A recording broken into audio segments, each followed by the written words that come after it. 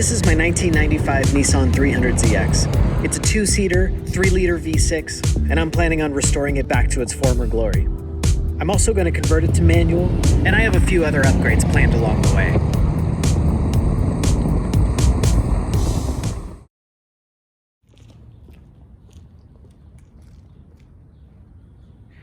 Alright, so the very first thing I want to do on this thing is change those wheels and tires out.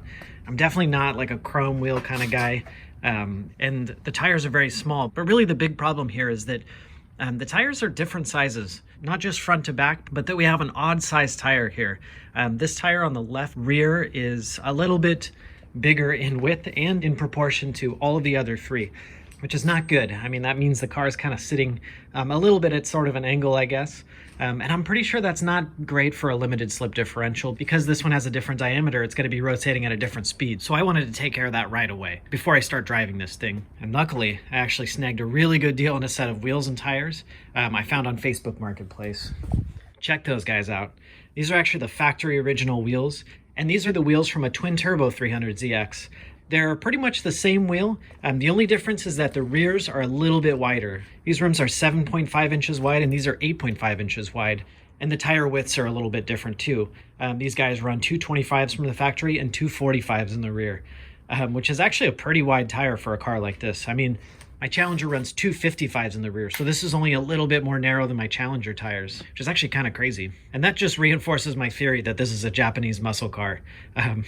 So as you can imagine, these guys are actually kind of a rare find, and I got these for $140 on like Facebook Marketplace, which is like a crazy good deal. I got really lucky. They're in really good condition.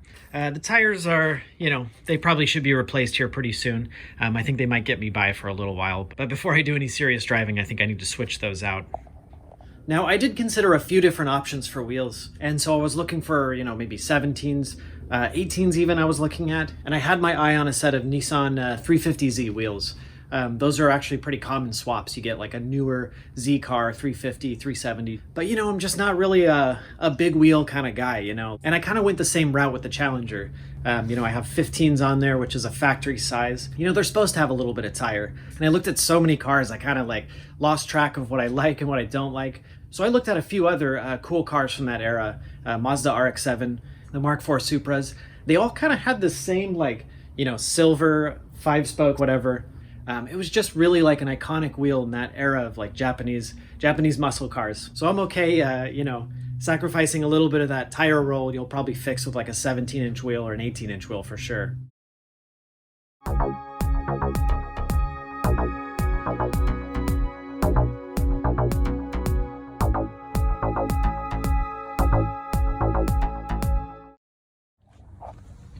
Well, bad news. It looks like there's a locking lug nut on this, I think on all of the wheels, on this back one for sure. Let's take a look. Oh man, right there. Oh my God, there's two missing lugs on this thing. And of course, one locking one. Two missing ones and one locking one. I actually drove home like this. I had no idea that there were missing two of them, and on the same side too, not even like crossways. That's insane. I'm glad my wheel didn't fall off.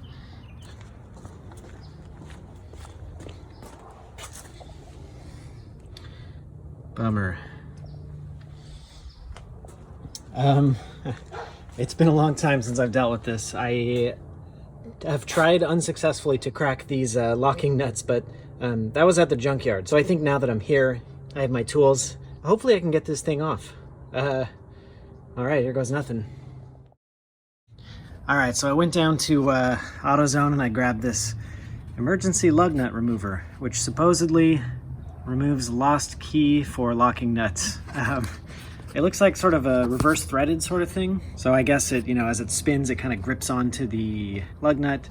Let's give it a try. Hopefully it works. It was like $20, so hopefully I can use it for all four and we'll be good to go.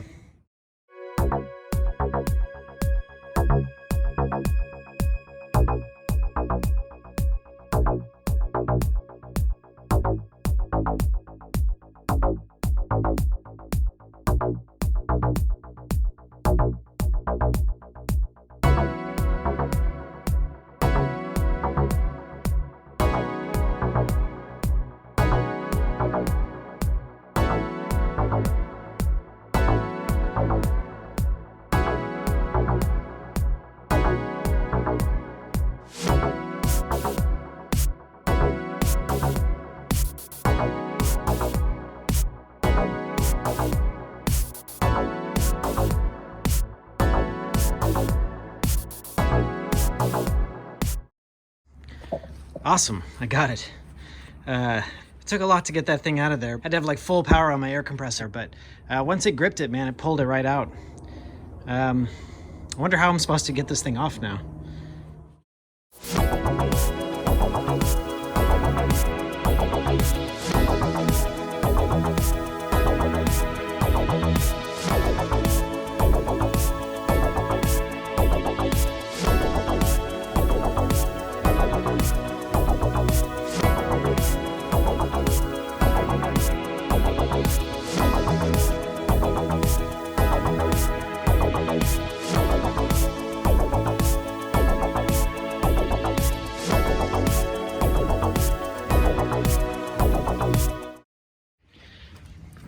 All right, 3 down, 1 to go. So if you're using one of these reverse things, one sort of strategy I found is to kind of move it like this, maybe to kind of help the threads like grab onto something. And once they grab, it seems to pull this thing off. So if you ever find yourself in this position using one of these guys, try that sort of rotating motion. That'd help quite a bit. All right, let's check out the weight on these guys. I'm first curious about the stock weight between the 7.5 inch wide wheels and the 8.5 inch wide wheels. I can tell the fronts, the 7.5s are lighter. Let's see here. Just about 40 pounds wheel and tire. All right. Let's check out this big old rear wheel.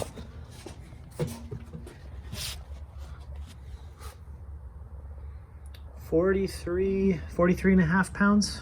Okay. So about 3 pounds extra. I would say that's worth it. A small price to pay for this big old wide rear tire. All right, now let's check this guy.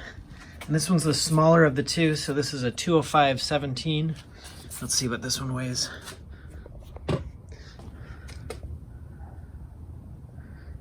43.8. Interesting. Pretty much the same weight as that rear twin turbo wheel. So I guess these guys aren't, terribly heavy. But I guess considering the size of that tread, I mean, just look at that difference here. Wow. Yeah, it's crazy. It's a lot more rubber on that guy. All right, let's finish installing these guys.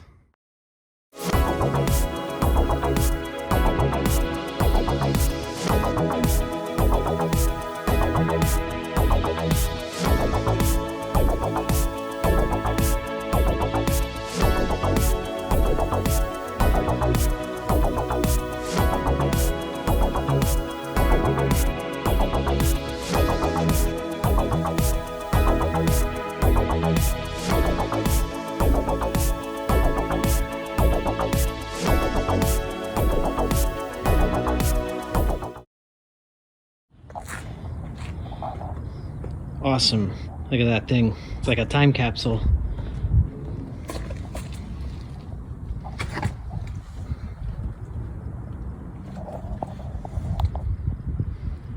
Cool. I like it. Now, the first thing I want to take care of on this guy is some of the wiring, the stereo, and this kind of weird aftermarket alarm that this thing has. Now, being in 1995, this already has like a factory alarm with like a keyless entry and all that stuff.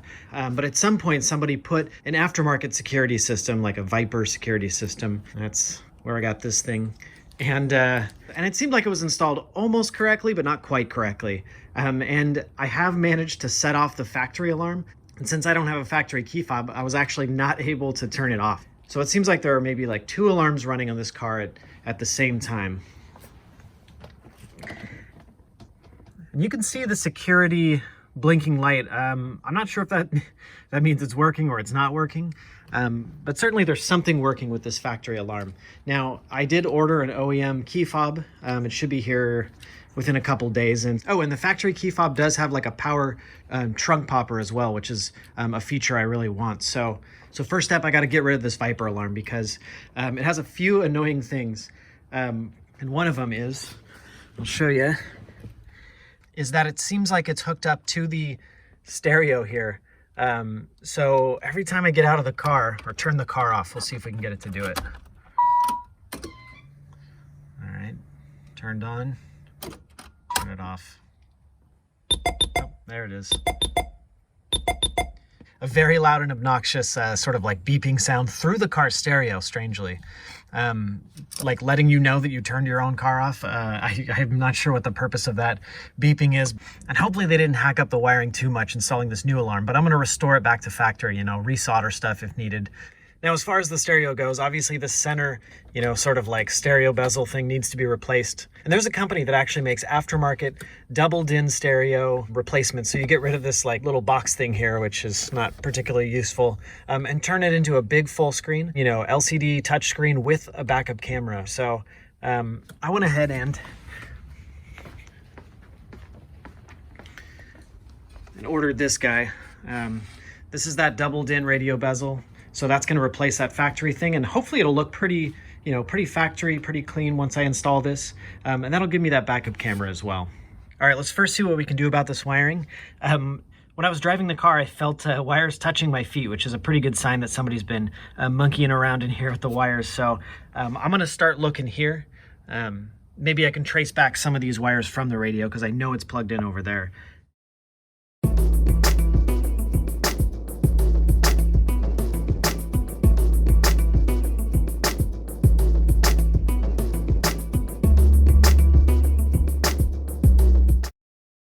All right, well, I think I found the alarm. I believe it's this like black box that's just not mounted and kind of like hanging out up there. Bunch of electrical tape and crimped connectors. So this is what I'm gonna have to remove. Man, I hope there isn't a lot of factory wiring being tapped here. You know, it actually doesn't look too bad. I mean, these crimps look okay. I mean, you know, I've seen a lot worse. At least it's not the old like two wires twisted together with the electrical tape. Also, we got this thing here, which kind of looks like the, let's see, antenna thing for the alarm, which is kind of a weird spot for it, you know, right behind the brake pedal. There's a few like little rogue wires here, like this guy kind of going down in the kick panel. So we'll just trace all these guys out and just remove anything that's not factory, and then repair the factory wiring the best I can.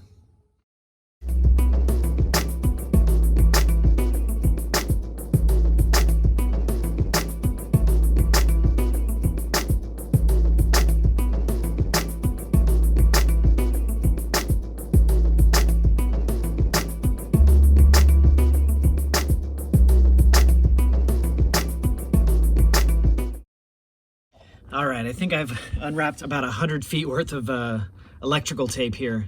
Somebody decided to wrap these wires up like a mummy. And check out that rat's nest. That's crazy. It seems like most of these wires are part of the aftermarket. Oh gosh, well, I can see that some of these guys, yeah, there's some connections that were made here. There were a few spots where there were just disconnected wires, and they just sort of like wrapped them, you know, with the copper exposed and just sort of wrapped them in electrical tape, which, you know, man, that's the type of stuff that causes your car not to start one day because, you know, the wire like slid over and touched another wire and blew a fuse or something. Electrical gremlins is what we call those. So if you're going to terminate wires, you got to be really careful to cap them off. Oh well. We'll get it all fixed now, and hopefully we'll solve ahead of time some problems I would have had down the road.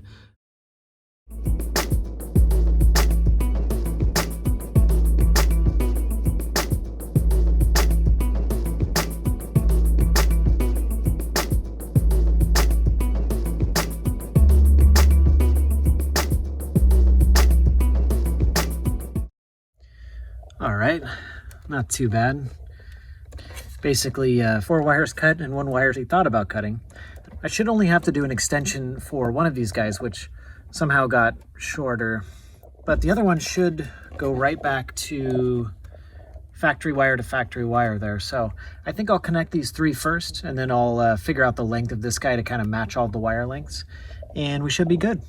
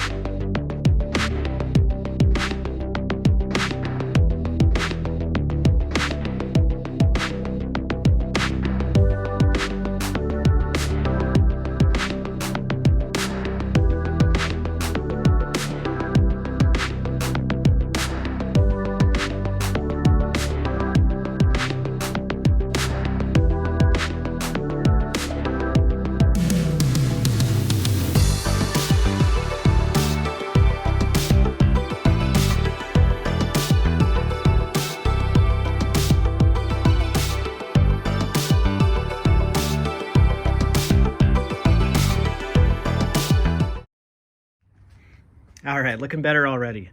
Found a big power wire going from this like nice little hole they cut in the firewall here all the way over to the battery. So I got rid of that thing. If I'm gonna put any power wires in, I'm gonna do it myself. It's a little bit sketchy. I'm having just kind of like a red wire crossing the engine bay there. I will say that finding the aftermarket wires actually was pretty easy because they use these like, you know, black zip ties. So it's kind of like a trail of breadcrumbs, like leading me to the source of the aftermarket wiring. So it's actually fairly easy to find that stuff. All right, got all these guys connected back up the way they should be. And it looks like there's a little bit of factory loom here that's supposed to be there that got cut. So I think I'll probably tuck all this stuff up back into the loom and then, you know, get it nice and tucked up there. But before I do that, I think I'm gonna connect the battery back up again. And I'm gonna double check that this thing still starts.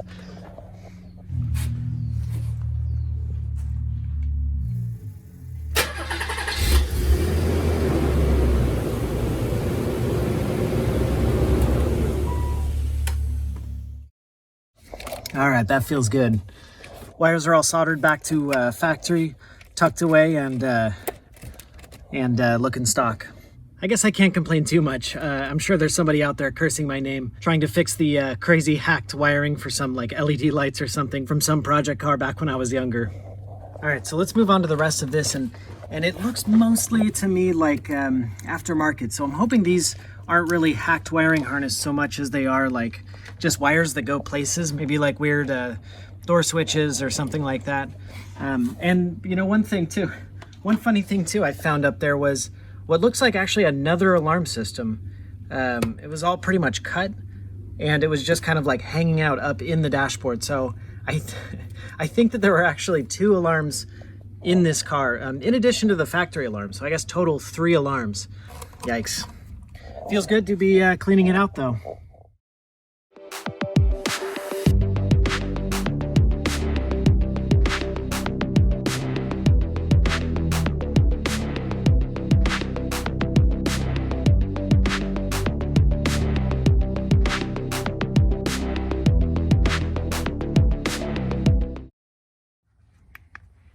All right, that's it.